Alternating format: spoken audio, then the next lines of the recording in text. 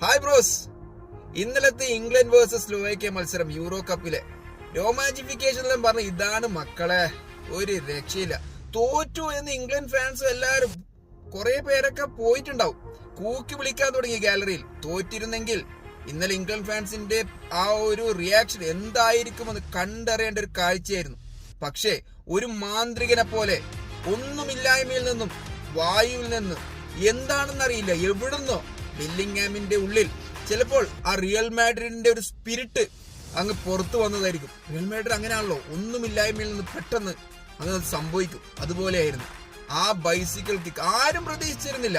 എല്ലാവരുടെയും ആ ഒരു ബോഡി ലാംഗ്വേജ് മൊത്തത്തിൽ ഇംഗ്ലണ്ട് പ്ലേയേഴ്സിന്റെ താണ് എല്ലാം അവസാനിച്ചു എന്ന് കരുതിയ ആ നിമിഷത്തിൽ ആ ബൈസിക്കിൾ കിക്കിന്റെ വില ഇന്നലെ ഹാരി കെയ്ൻ പറയുന്നുണ്ടായിരുന്നു, ഇംഗ്ലണ്ടിന്റെ ചരിത്രത്തിലെ ഏറ്റവും മികച്ച അല്ലെങ്കിൽ സ്റ്റൈലിഷ് അല്ലെങ്കിൽ ഇമ്പോർട്ടന്റ് ഗോളായിരുന്നു ബെല്ലിംഗ്ഹാം ഇന്നലെ അടിച്ചത്. ഒരു